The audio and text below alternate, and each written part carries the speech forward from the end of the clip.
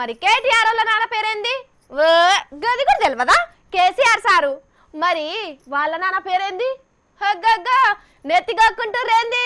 తెలియదు కదా. పోనీ మీ తాత పేరు, ముత్తాత పేరు, వాళ్ళ తాత పేర్లు తెలుసునా మీకు? ఎవరికి తెలియదు కానీ గివిళ్ళకి తెలుసునట.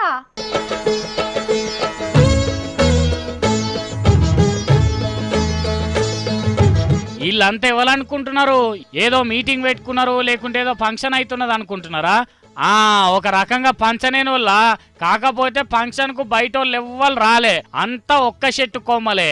అంటే 4 తరాల వంశ వృక్షం. వీళ్ళని చూస్తుంటే కృష్ణవంశీ సినిమా చూస్తున్నట్టే కొడతలేదు. అయితే వీళ్ళంతా ఎవరికెవరు ఏమేమవుతారో వీళ్ళకే తెలియక ఇగో గీ తీర్ల కలుపుకోలు ఫంక్షన్ అని పెట్టుకున్నారట.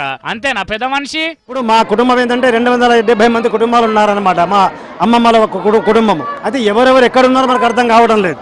కొంతమంది అమెరికాలో ఉన్నారు, మహారాష్ట్రలో ఉన్నారు, కొంతమంది ఎక్కడెక్కడ ఉన్నారు. అదే వాళ్ళంతా కలుపుకోని ఈ కార్యక్రమం దిగ్విజయంగా చెప్పి అనుకున్నాం అనమాట. అంటే అసలు ఇత్తనం పడ్డది నిజామాబాద్ లో ఉన్న మిట్టబాయి శంకరం అనే 2 ఆలుమగలతో అన్నట్టు. అగో వాళ్ళకు వచ్చిన 80 సంతానంతో షురువు అయింది మంద. మొత్తం 270 మందట.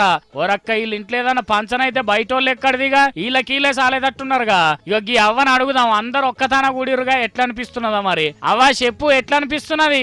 ఆనందం ఉన్నది. అందరు చూస్తారు. మా అక్క చెల్లెండు లేకపోయి మా అన్నదమ్ములే, నేను ఒక్కదాన్ని దట్టి 6 అక్క చెల్లెండు.